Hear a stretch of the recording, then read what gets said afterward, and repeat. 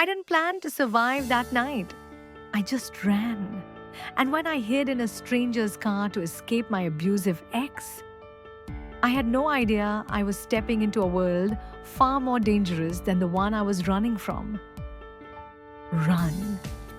That's the only word screaming through my head as my feet slam against wet pavement, lungs burning, legs shaking, vision tunneling. Behind me, I hear them. Boots, radios, breathing that isn't panicked like mine. Controlled, trained, patient. Sophia! Tyler's voice cuts through the night, sharp and certain. Get back here. I don't look back. If I look back, I'll remember his face the way it looks when he knows he's winning. Calm, beautiful, cruel. You know you can't run from me. He calls. You never could. But I am running. Because if he catches me, if his hands touch me again, I won't survive it. Not this time. My name is Sophia Chen. I'm 26 years old, and 3 hours ago, I finally left the man who has been systematically destroying me for 2 years. Tyler Morrison, handsome, charismatic, wealthy, and behind closed doors, a predator.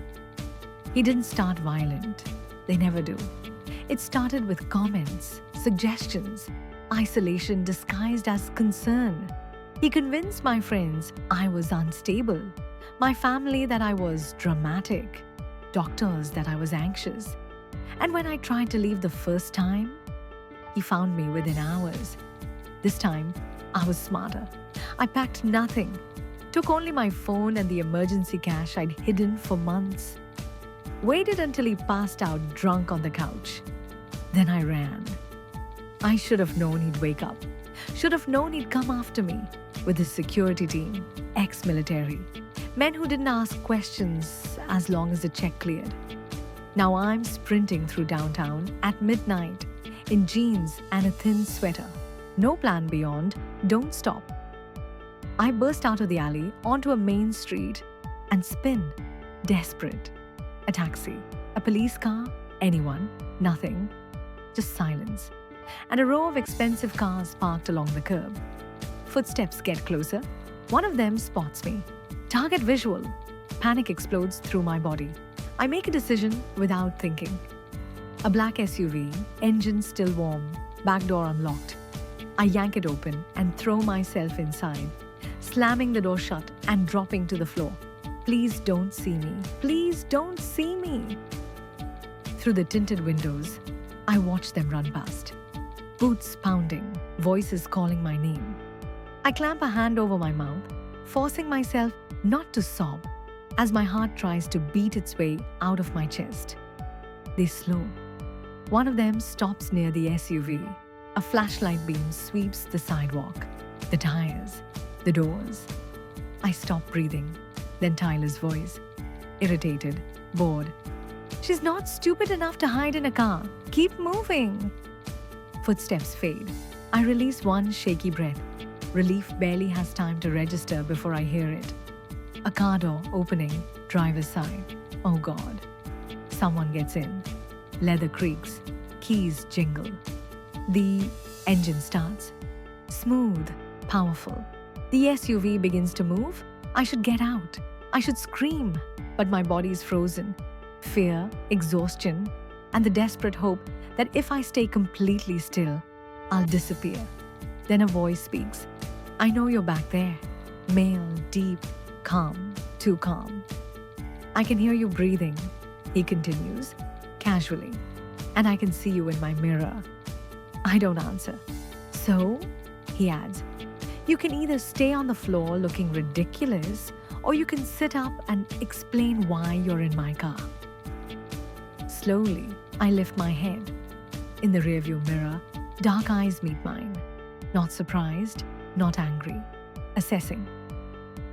The man driving is mid-30s, dark hair, sharp features. The kind of face that belongs in a Renaissance painting. Expensive suit, controlled posture, and the unmistakable presence of someone dangerous without needing to prove it. I'm sorry. I manage, voice raw. I was running. They were chasing me. Who? Someone dangerous. I whisper. Please just let me out at the next light. I'll disappear. He almost smiles. Too late. You're already in my car. That makes you my problem. I'm not your problem, I say quickly. I'm nobody's problem. You climbed into my vehicle uninvited, he replies calmly. That creates a situation. I don't leave situations unresolved. I reach for the door handle. Locked. Child locks. Panic floods my chest. Open it! No. One word. Final. What do you mean, no? I mean, he says, turning smoothly. I'm not letting you out until I know exactly what kind of trouble you brought with you. His eyes meet mine again in the mirror. Who are you and who was chasing you? My name is Sophia, I say.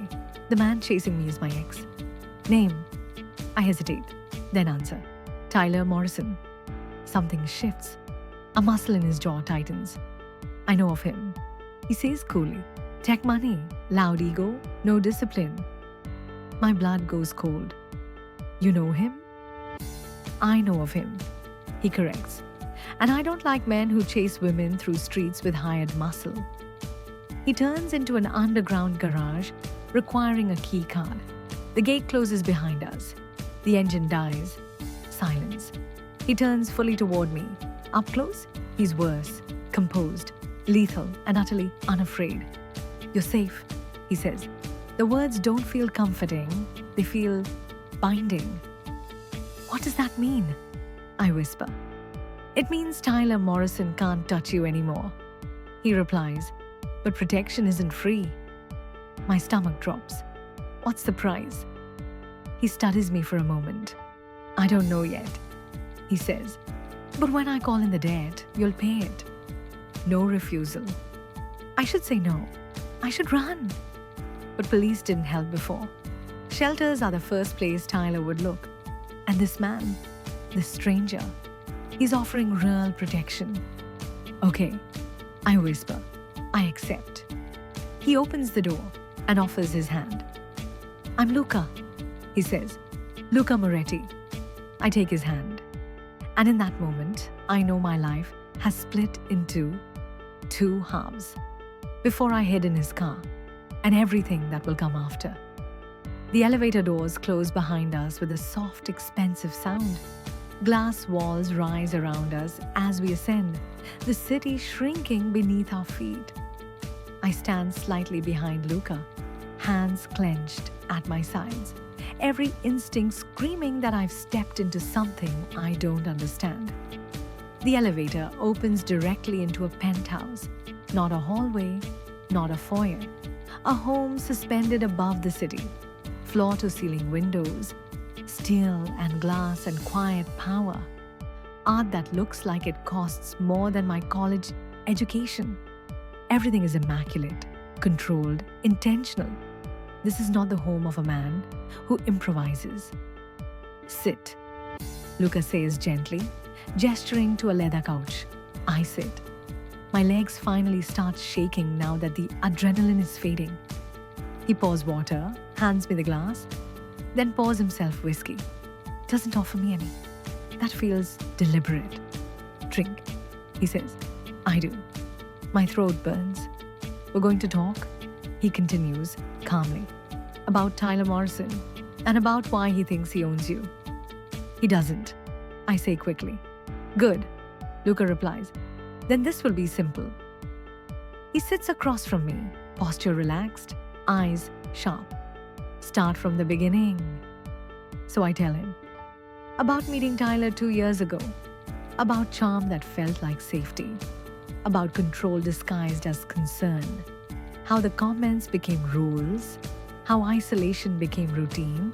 How the first hit came with tears and apologies. Luca doesn't interrupt. His expression darkens, but he never looks away. And tonight, he asks when I finish. He came home drunk, I whisper, angry, yelling. I knew what was coming. When he passed out, I ran. Luca exhales slowly. He won't let this go. I add, he'll find me. No, Luca says quietly. He won't. Because of you? Because of me. The certainty in his voice is terrifying. And because, he adds, you're not alone anymore. I swallow. What happens now? Now, he says, we talk about your debt. My chest tightens. I told you last night, he continues. Protection comes with a price, but I don't collect blindly. He leans forward slightly. I have enemies, he says. People who watch for weakness. If I shelter you without explanation, you become a liability. So, what are you saying? I'm saying, he replies, we need a reason for you to be here. A reason that makes sense in my world. I already don't like where this is going. You're not a victim, he continues. You're not someone I rescued out of pity. What am I then? He studies me. My girlfriend. The word lands like a shock. What? A relationship. He explains calmly. Public, convincing, unquestioned. You want me to pretend to be your girlfriend? I want you to be believable, he corrects. Enough that no one asks why I'm investing resources in your protection. I shake my head. I can't. Sophia. He interrupts gently. Listen to me. He stands, moving closer, but stops at a respectful distance. Tyler Morrison has already started controlling the narrative. He says, if you surface now, you'll be dismissed as unstable, hysterical, lying. He's right. I know he is. This, Luca continues, keeps you safe. It gives you legitimacy. And privately? I ask, what happens privately? We set boundaries. He replies immediately. I don't force women.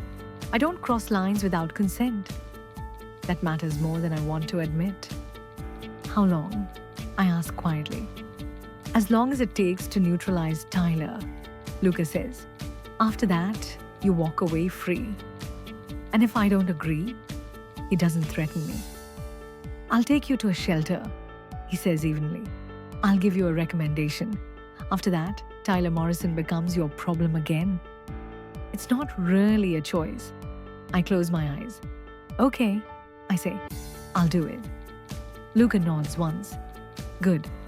The guest room is nicer than any place I've ever lived. King-size bed, private bathroom, closet already stocked with clothes in my size. How?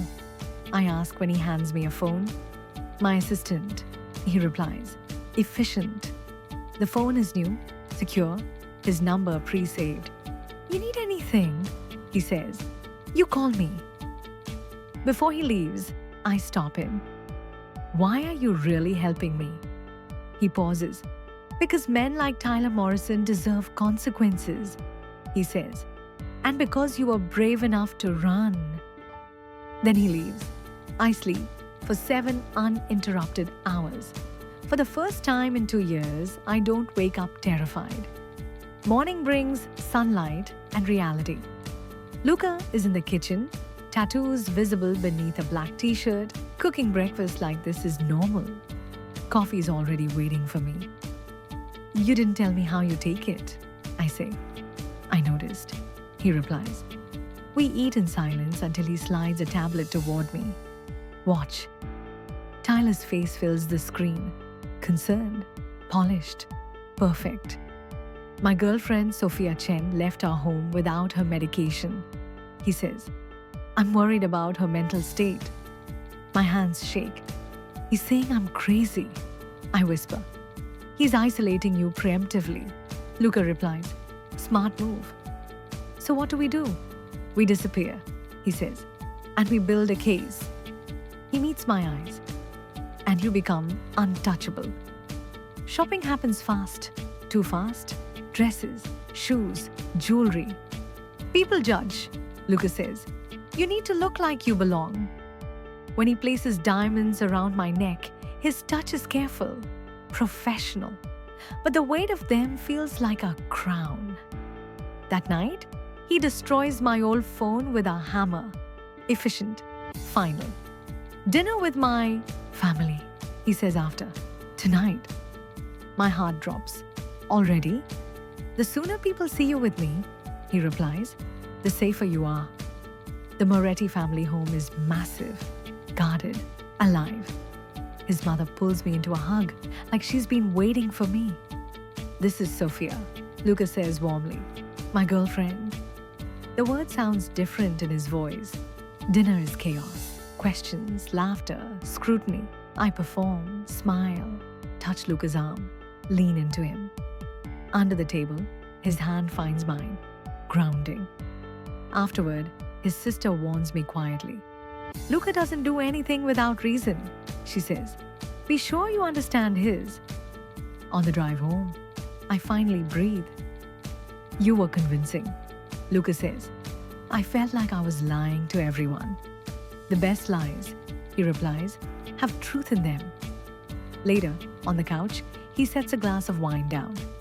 We need boundaries, he says. We discuss them carefully. Hand-holding is okay. Public affection, limited.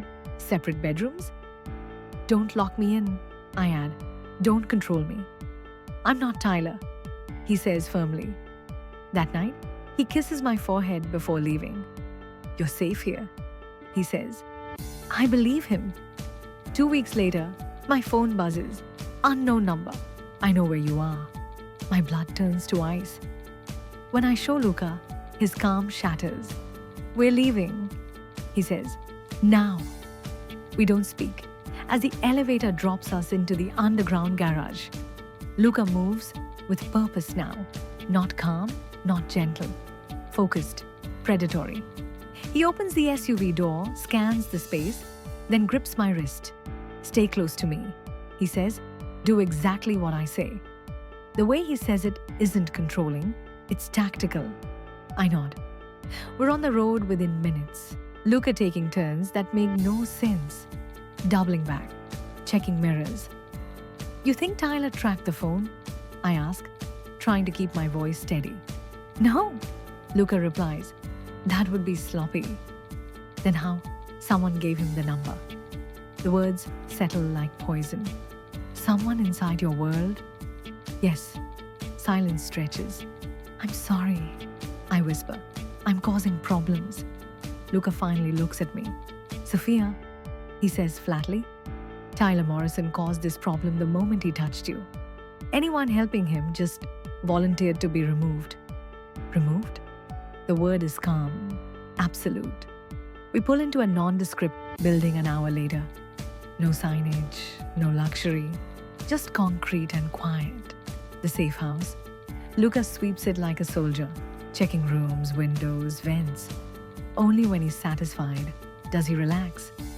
You're safe, he says. I don't collapse. I don't cry. I just sit. Because the adrenaline is gone and all that's left is fear. He found me, I whisper, even with you protecting me. He found a number. Luca corrects. Not you. He kneels in front of me so we're eye level. And I will make sure he never gets closer than that again. The next 3 days blur. Together. Men come and go. Quiet, dangerous-looking men who treat Luca with respect that borders on fear. He speaks Italian on the phone in a voice I've never heard before. Cold, commanding, final. I see the real Luca now, not the controlled businessman, the man who ends things. He never lets me see the violence, but I feel it. In the tension, in the way the city seems to hold its breath. On the third night, he comes back with blood on his knuckles. I freeze. That's not yours, he says, before I can ask. I grab the first aid kit anyway. Sit. He lets me clean the cuts. Did you find who leaked my number? Yes. And Tyler? Still breathing, Luca replies. For now. The way he says it tells me that isn't mercy, it's strategy. He's scared, Luca continues. Scared men either retreat or get reckless. Which is worse? They're both predictable. He watches me carefully. You're not afraid of me, he says. It's not a question. I should be, I admit, but you're not the one who broke me. He nods once. That night, I can't sleep. When Luca checks on me, I ask him to stay. He hesitates, then lies beside me, careful, distant, respectful. Sometime during the night, I wake to his arm around me, protective, not possessive. He doesn't move. Neither do I. When we return to the penthouse, things change. Security tightens. The world closes ranks. At the charity gala, I feel eyes on me, calculating, curious. And then Marcus Romano appears. The way Luca reacts tells me everything. Marcus knows, not everything, but enough. In the car afterward, Luca is silent. Finally, he says it. We need to escalate. My stomach drops. What does that mean? It means, he says slowly, fake dating is no longer enough. He pulls into the garage and turns to face me fully. Sophia, I need to ask you something. His eyes hold mine. Would you be willing to make this arrangement legally binding? I stare at him. Binding how? Marriage. The word echoes in my head. Not real. He adds quickly. Paper only. Protection. I laugh weakly. You want me to marry you? I want to make you untouchable, Luca says. By law, by loyalty, by blood. And after Tyler is dealt with, we divorce. His voice is steady, professional, but his eyes aren't. Think about it, he says quietly. I won't force you. That night, I don't sleep at all. Because the terrifying truth is, marrying Luca doesn't scare me nearly as much as leaving him does. I don't sleep. I lie awake in the dark, staring at the ceiling, listening to the quiet hum of a building that feels too secure, too controlled, too final. Marriage, not love, not romance, protection, a legal wall between me and every man who has ever thought I was something he could own. I tell myself that's all it is. But my chest tightens every time I imagine saying no. Because somewhere between the alley and the safe house, Luca Moretti stopped being just a shield. He became a presence, a constant, a line I don't want to step away from. At dawn, I hear movement in the penthouse. Coffee, papers, a life continuing whether I decide to be part of it or not. I find Luca in his study, already dressed, already working. He looks up immediately when I enter. You didn't sleep? He says. Neither did you. He closes the laptop. Have you decided? I take a breath. If I say yes, I ask, what exactly does that mean? He doesn't rush the answer. It means, he says carefully, you become my wife on paper, my family, my responsibility, my priority. And privately, we take it slow. He replies, you set the pace. You keep your autonomy. Nothing changes unless you want it to. And when this is over, when Tyler is gone, Luca says, and the threats neutralized, you can leave. Clean divorce, no strings. He pauses. But I won't lie to you. This will change how people treat you, how they see you, how dangerous men approach you. Because I'll be yours. Yes. The word doesn't sound like ownership. It sounds like territory no one is allowed to cross. And what do you get? I ask. He exhales softly. Peace of mind, he says, and honesty. I step closer. Are you asking me because it's smart or because you want me here? His eyes meet mine fully. Both, he says, and I won't pretend otherwise. Silence stretches. I think about Tyler's hands, about police reports that went nowhere, about shelters with locked doors and waiting lists. Then I think about waking up without fear, about someone who never raised his voice, never took without asking. I'll do it, I say. Luca doesn't smile right away. He studies my face like he's checking for doubt. Say it again, he says quietly. I'll marry you, I repeat, for protection, for safety, for time. Something shifts in him then. Relief, maybe, or something deeper. Thank you, he says, for trusting me. The courthouse wedding is small.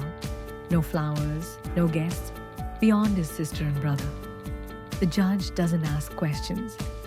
When I say I do, my voice doesn't shake. When Luca says it, his doesn't either. The ring is simple, heavy, real. As the judge pronounces us husband and wife, something settles in my chest. Not joy, not fear, certainty. Outside, Luca places his hand at my lower back, as photographers don't appear, as cameras don't flash. This doesn't change who you are, he says, only how others are allowed to treat you. In the car, he glances at me. If at any point you regret this, I don't. I interrupt. He nods once. The announcement spreads fast. Too fast. Within hours, my name is no longer missing. It's married. Tyler's press narrative collapses overnight. I see the cracks forming in real time. At dinner with Luca's family, his mother kisses my cheeks and calls me daughter. His sister watches us closely. Later, she corners me. Be careful, she says softly. Luca protects fiercely, but he doesn't let go easily. I'm not asking him to, I reply. She studies me, then nods. Good. That night, Luca stands in the doorway of the guest room. We don't have to change anything yet, he says. I look at him, at the man I married for safety, not love. Stay, I say. He does. We don't touch. But we don't pretend this is nothing anymore. The next morning, my phone rings. Unknown number. Luca watches me answer. Hello? Sophia. Tyler's voice says softly. I heard congratulations are in order. My blood runs cold. I see you found someone to hide behind. He continues. You always did need protection. I don't answer. I'll see you soon, he says, one way or another. The call ends. Luca takes the phone from my hand. His expression is calm, dead calm. He made his choice, Luca says. And now, he adds quietly, so will I. The silence after the call feels heavier than noise. Luca doesn't throw the phone, doesn't curse, doesn't pace. That scares me more than anger ever could. He knows, I say quietly. He suspects. Luca corrects. There's a difference. He turns toward the window, looking down at the city like it's a chessboard. But suspicion is enough for men like Tyler. I add, he won't stop. No, Luca agrees. He won't. He finally looks at me. And that means we're done reacting. By noon, the penthouse feels different. Not like a home, like a command center. Men I don't recognize come and go. Conversations happen behind closed doors. Phones vibrate constantly. Luca gives orders in Italian, voice clipped, precise. I sit on the couch, hands folded, trying not to feel like the eye of the storm. When he finally sits beside me, he doesn't touch me right away. Listen carefully, he says. I'm going to ask you to do something. My stomach tightens. What? Disappear, he says, completely. No public appearances, no events, no contact with anyone outside my circle. For how long? Until this is finished. I nod slowly. Okay, there's more, he adds. If Tyler contacts you again, you don't respond. Not once. I won't. And if he shows up, I hesitate. Luca's voice drops. If Tyler shows up anywhere near you, you tell me immediately. You don't confront him. You don't run. I thought running saved me. It did, Luca says. Once. He leans closer now, eyes intent. This time, staying still keeps you alive. That night, I wake to movement. Luca isn't beside me. I find him in the study, jacket on, gun holstered. You're leaving, I say. Yes? Where? To end this, he replies. My chest tightens. Luca. He turns fully toward me. This doesn't end with a warning, he says. Tyler crossed a line. He's dangerous, I whisper. But so are you. A faint smile touches his mouth. That's why he loses. He steps closer, cups my face gently. This is the part you don't need to see. He says, go back to bed. I don't argue, but I don't sleep either. The news breaks the next morning. Tyler Morrison's head of security has resigned. 2 of his men are missing. Unconfirmed reports of a break-in at one of his properties. Luca says nothing when I show him the article.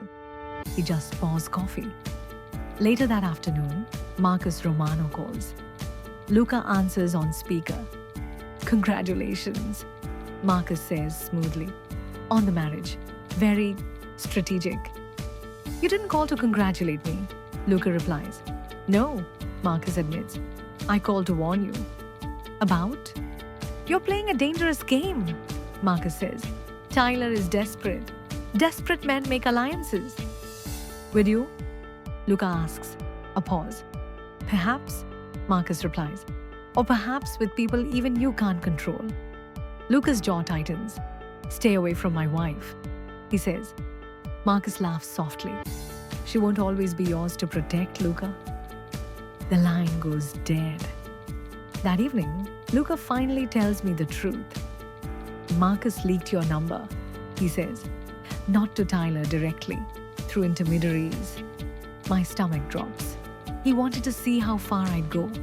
Luca continues. To test my reaction. And now he knows. I swallow. What happens next? Luca's eyes harden. Now, he says, I stop playing defense. 2 nights later, everything explodes. We're having dinner when the power cuts out. Darkness, silence. Then the alarms.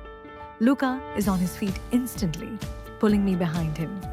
Safe room, he says. Gunshots echo somewhere below. Not close, but not far. My heart slams against my ribs. This is Marcus, I whisper. Yes.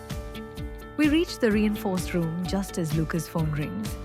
He answers without hesitation. Marcus's voice is calm. I told you this would escalate, he says. You should have let the girl go. Luca's response is ice. You came into my home. I sent a message, Marcus replies. Consider it a negotiation. You don't negotiate with me in my house. A pause. Then Marcus says it. Tyler Morrison is dead. The words hit like a physical blow. I gasp. Luca doesn't react. He made a deal, Marcus continues. He gave me information in exchange for protection. And you killed him anyway, Luca says. Yes, Marcus replies. Loose ends. My legs feel weak. Now, Marcus adds, the girl is the only leverage left.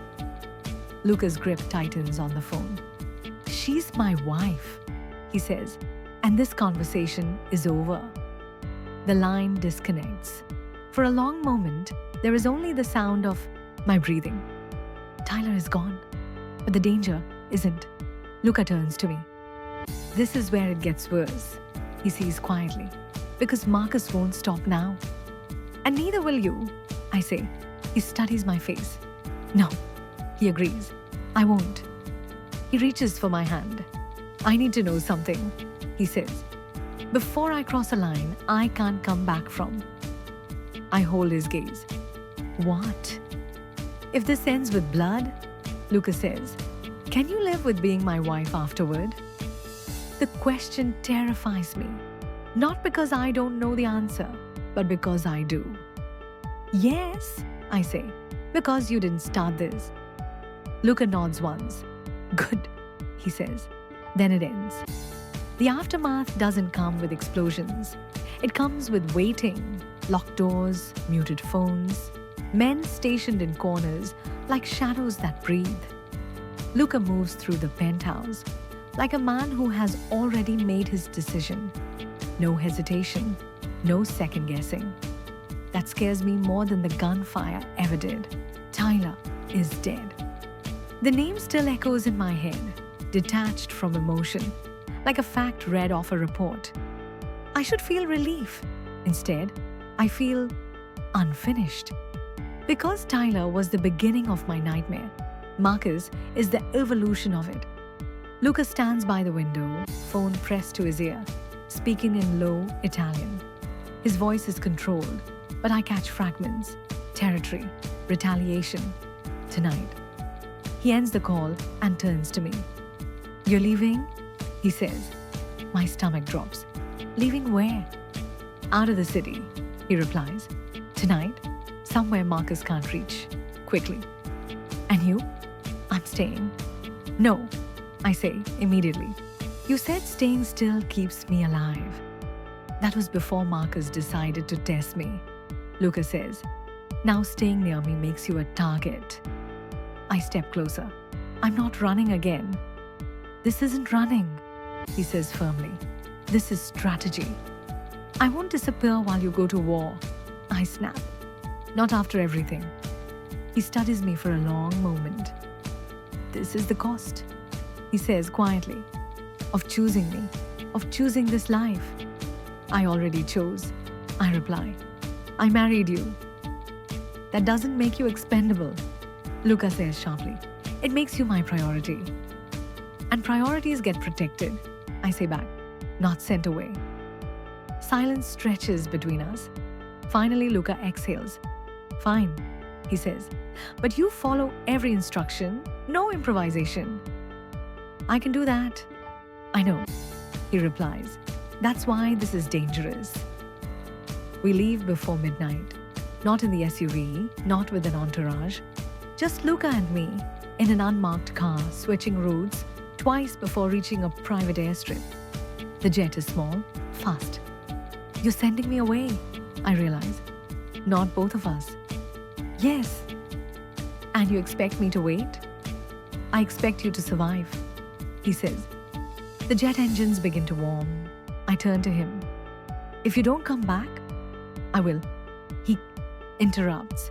"How do you know?" "Because I don't lose," he says simply. I search his face for arrogance. I don't find it, only certainty. He cups my face, presses his forehead to mine.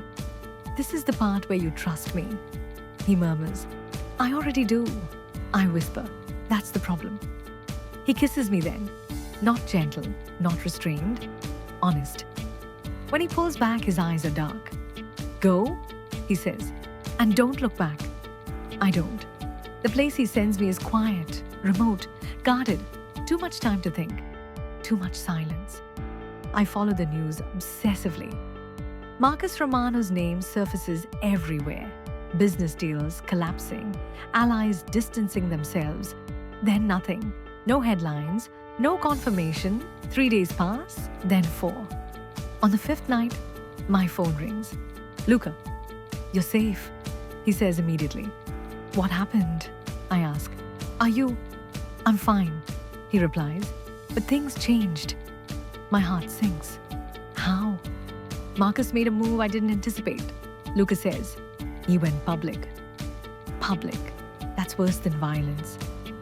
"He accused me," Luca continues, "of laundering money, of racketeering, of orchestrating Tyler Morrison's death. And some of it sticks," he says calmly. "Enough to be inconvenient." "What does that mean?" "It means I step back," Luca says. "For a while." My chest tightens. "Step back from what?" "From you." The words hurt more than I expect. "To protect you," he adds quickly. "If I'm under investigation, anyone connected to me becomes leverage." "So what are you saying?"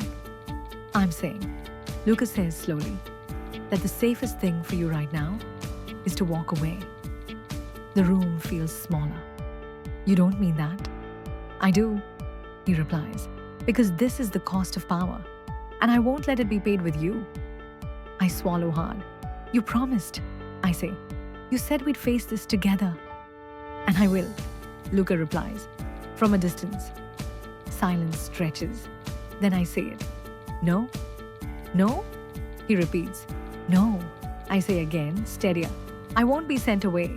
I won't be protected from behind glass while you burn everything down alone." "This isn't bravery," Luca says. "It's recklessness." No, I reply. This is me choosing. He goes quiet. For 2 years, I continue. Men decided things for me. Where I went, what I knew, what I could handle. I take a breath. I won't let that happen again. Not even with you. A long pause. Then Luca exhales. Then tell me. He says quietly. What do you want? I want to come back. I say. Not as your liability. Not as your weakness. As what? As your partner. I say. You taught me the rules. You showed me this world. Let me stand in it. Another silence. When he speaks again, his voice is different. Careful. If you step back into this, he says, you won't be protected from the consequences. I already understand consequences. I reply, I survived them. Finally, he says it.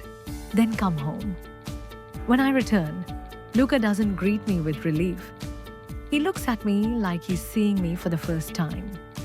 Not a woman he rescued, not a debt he collected, but someone who stayed. This changes things, he says. I know, I reply. And you can't go back, he adds. I don't want to. He nods slowly. Then, Luca says, it's time you stopped being protected and started being prepared. When I come back, the penthouse no longer feels like a sanctuary.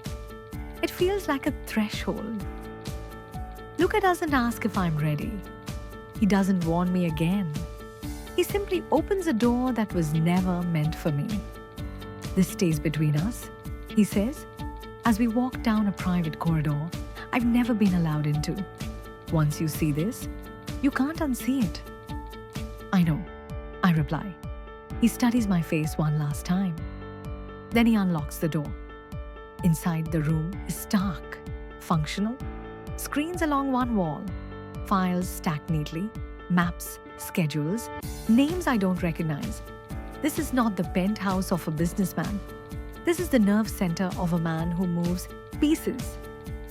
These are my operations, Luca says evenly. Routes, alliances, conflicts. He gestures to a screen showing financial flows. This is how money moves when it doesn't want to be seen. Another screen. Photos, men, places, meetings. And this, he adds, is where Marcus Romano made his mistake. I step closer. Marcus's name is everywhere. Connections highlighted, dates circled, weak points annotated. You've been building a case, I realize. Yes, Luca replies. Not for the police, for leverage. Because killing him would be loud, Luca finishes, and messy and temporary. I look at him. You're not going to kill him. No, he says. I'm going to erase him. The words send a chill through me. This is what I need from you, Luca continues. Not obedience, not silence. He turns to face me fully. I need judgment. Mine? I ask. Yes, he says, because Marcus doesn't see you as a threat. He sees you as a weakness. And you want to use that. I want to correct that assumption, Luca says. 2 days later, I attend my first meeting alone. No Luca at my side. That's intentional. The restaurant is discreet, expensive, neutral territory. Marcus's lieutenant arrives first. A man named Victor. Sharp suit, sharper eyes. You're braver than you look, he says, sitting across from me. People say that a lot, I reply calmly. You know why I'm here? He continues. Marcus wants to talk. I'm listening. Victor smiles thinly. He believes this situation doesn't need to escalate further. Then he should stop escalating it, I say. Victor studies me more closely now. You don't sound afraid. I've been afraid, I reply. I'm done letting it decide things for me. He leans back. What do you want? I slide an envelope across the table. Tell Marcus, I say, that if he touches my husband again, financially, legally, or indirectly, this goes public. Victor opens it. Inside are copies of transactions, offshore accounts, proof.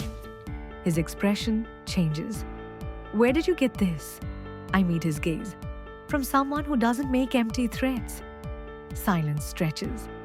Victor closes the envelope slowly. You realize, he says carefully, that this puts a target on you. I smile faintly. It already was. When I return home, Luca is waiting. He doesn't ask how it went.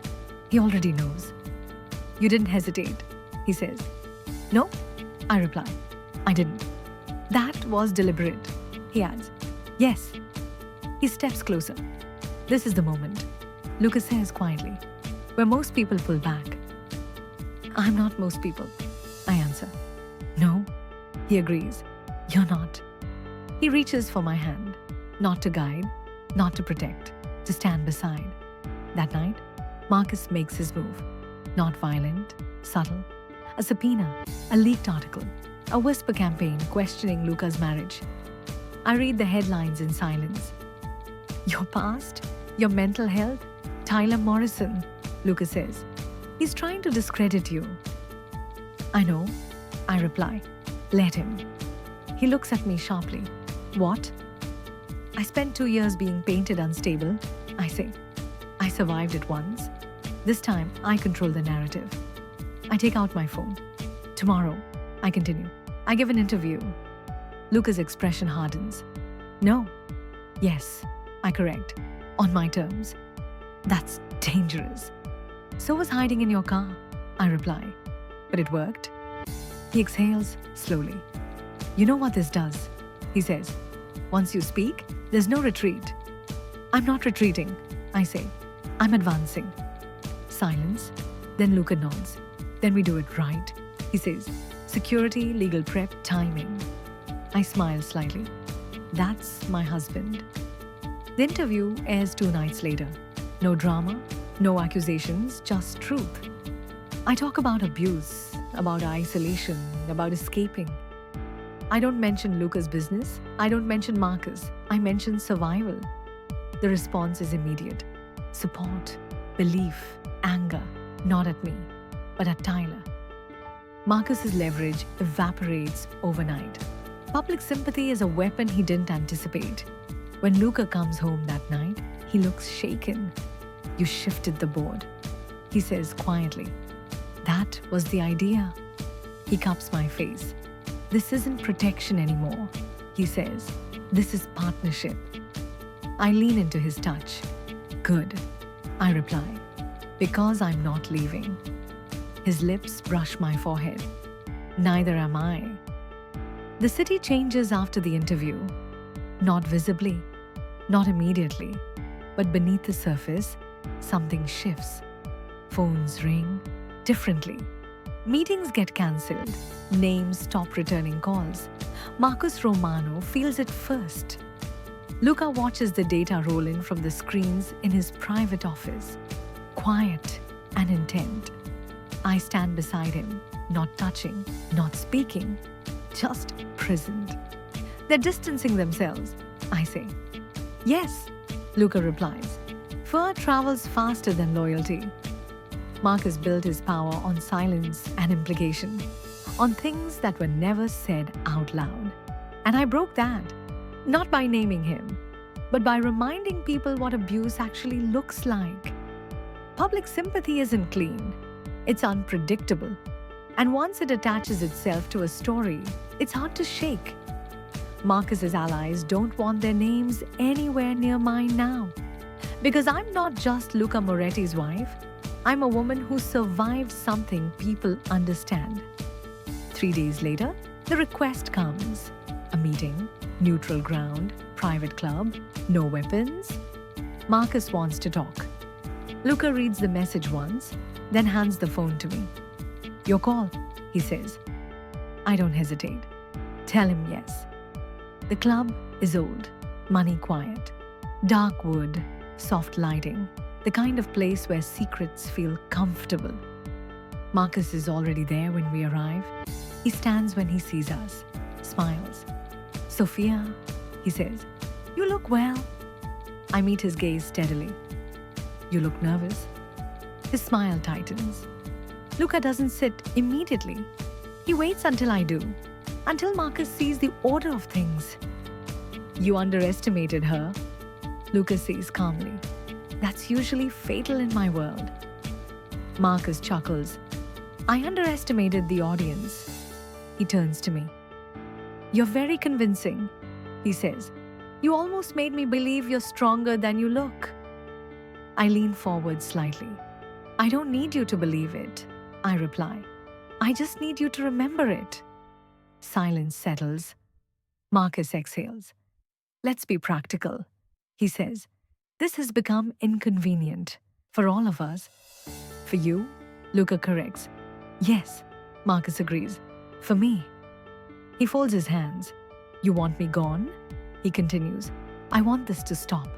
So let's negotiate. I glance at Luca. He nods once. I look back at Marcus. You step away, I say. From Luca's operations, from his people, from me. And in return? Marcus asks. In return, I continue. We don't release what we have. Marcus's eyes flick to Luca. How much do you have? Luca answers instead. Enough to make you radioactive. Marcus laughs softly. Always dramatic, Luca. Always accurate, Luca replies. Marcus studies me again, longer this time. You changed the rules, he says. You made this personal. No, I say. You did. When you decided I was leverage. Another pause. Finally, Marcus nods. I'll leave the city, he says. Sell my interests here, start fresh. And? I prompt. And I'll never contact you again, he adds. Either of you. Luca watches him carefully. If you break this, Luca says, there will be nothing left to negotiate. Marcus stands. I believe you, he says. Both of you? He hesitates, then looks at me. For what it's worth, he says. You're not what I expected. I smile faintly. That's been happening a lot lately. He leaves, just like that. No violence, no blood, just consequences. The fallout is quiet. Marcus sells, moves, disappears. Luca's investigation dissolves without drama. No arrests, no headlines, just absence. One evening, weeks later, Luca and I stand on the balcony of the penthouse. City lights spread beneath us. It's over, he says. Yes, I reply. He turns to me. You could leave now, he says softly. Everything that brought you here is finished. I don't answer right away. I think about the alley, the car, the deal, about fear that used to define me. Then I take his hand. I didn't stay because I had nowhere else to go, I say. I stayed because this is where I chose to be. His thumb brushes over my knuckles.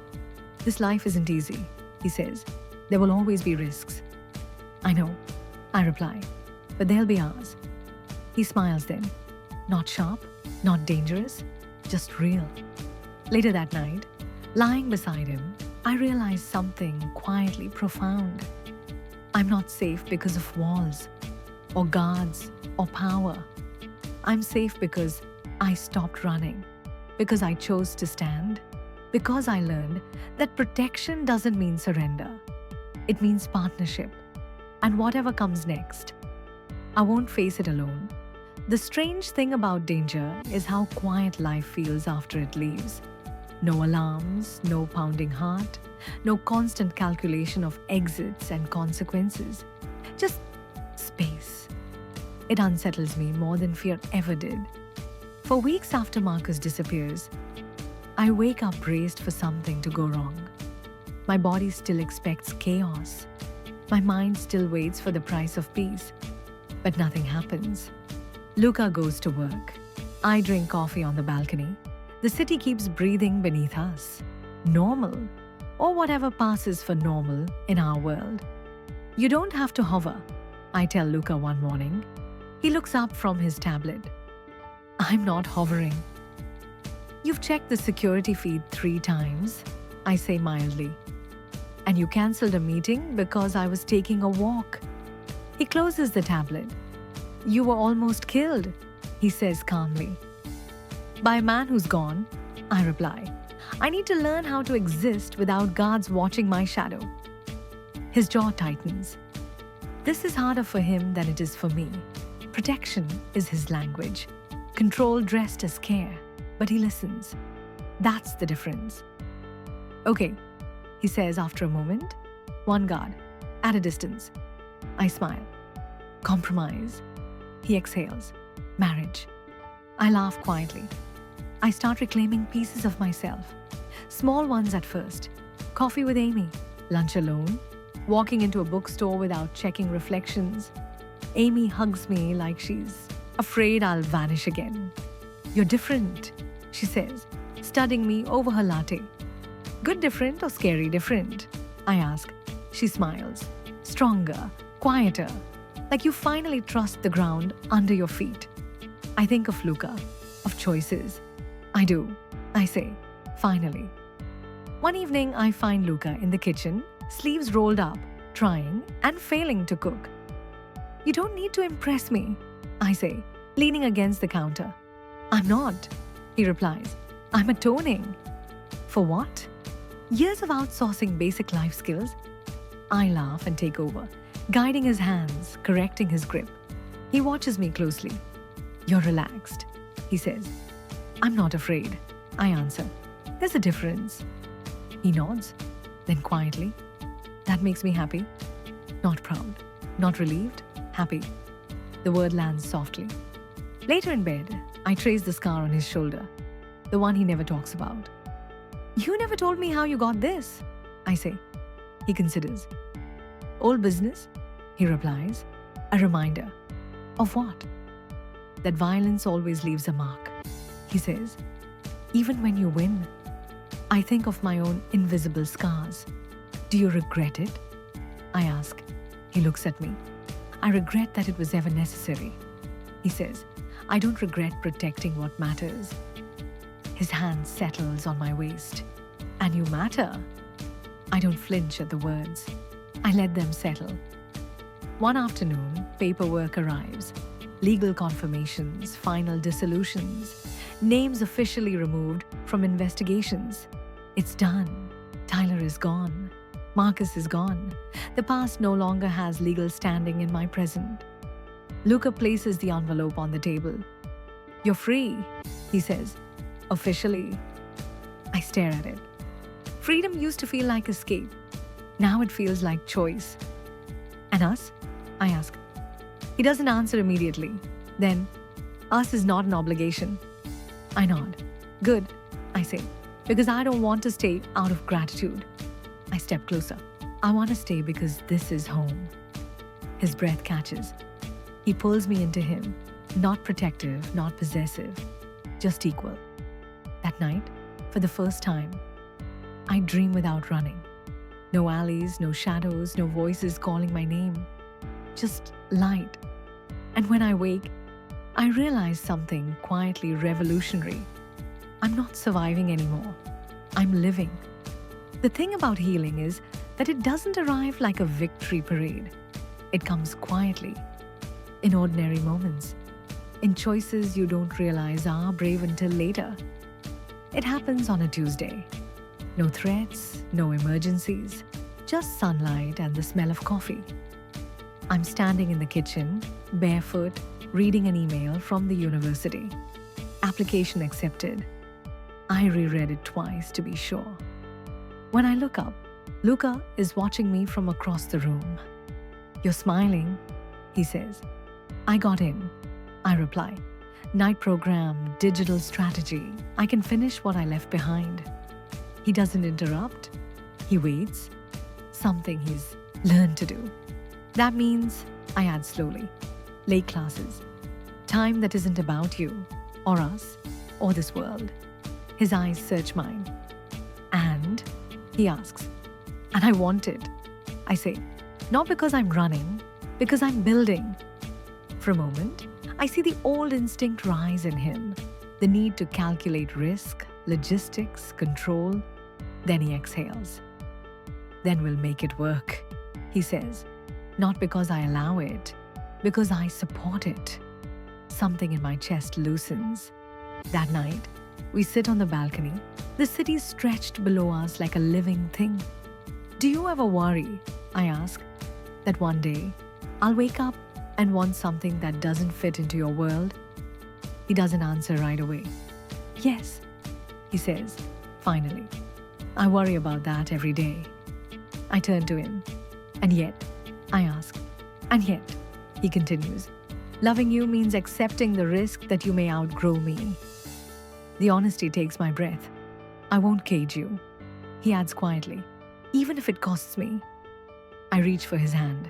That, I say, is why I stay. A month later, I speak publicly. Not about Luca. Not about the mafia. Not about names. About abuse. About how control doesn't always leave bruises. About how credibility can be stolen. About how survival doesn't always look heroic. I stand on a stage under bright lights, my voice steady. I wasn't weak, I say. I was isolated. And isolation is a weapon. The applause isn't thunderous. It's respectful. Real. Afterward, a woman approaches me with shaking hands. I thought it was just me. She whispers. I take her hands. It never is, I say. From the back of the room, Luca watches, not possessive, not hovering, proud. That night in bed, I finally asked the question that's been sitting between us. If I had never needed protection, I say, would you still have chosen me? He turns toward me fully. Yes, he answers, without hesitation. But I wouldn't have known it yet. He adds, you forced me to confront parts of myself I'd buried. I trace his jaw. And you? He asks, if you'd escaped Tyler on your own, would you have chosen me? I think of the alley, the car, the deal. Yes, I say softly, but it would have taken longer for me to trust it. He smiles faintly. We're both slow learners. The past doesn't vanish. Tyler exists somewhere in the world. Marcus still breathes. Luca's business will never be gentle, but fear no longer leads. We build routines that have nothing to do with danger. Sunday dinners, shared grocery lists, arguments about nothing important. One morning, I wake before him and watch his chest rise and fall. This man who once spoke in threats now sleeps, like someone who trusts tomorrow. I realized something then. Love didn't save me. Choice did. Choosing to run, choosing to hide, choosing to stay, choosing to become more than what was done to me. Months later, when someone asks how we met, I smile. It's complicated, I say, and it is. But it's also simple. I stopped running. He stopped controlling. We met in the middle. On the anniversary of the night I hid in his car. Luca takes me back to that street. Not the alley, the main road, bright, alive. Why here? I ask. Because this is where your life turned. He replies, not because you were chased, but because you chose. He hands me a small box. Inside is a simple pendant. No diamonds, no statements, just a circle. No symbolism, I tease. Plenty, he says. It's closed, complete, yours. I slip it on. That night, as we lie together, city quiet around us, I understand the truth I'd been circling for months. I didn't trade one dangerous man for another. I walked out of a cage and into a partnership. I didn't lose myself. I found her. And she isn't afraid anymore.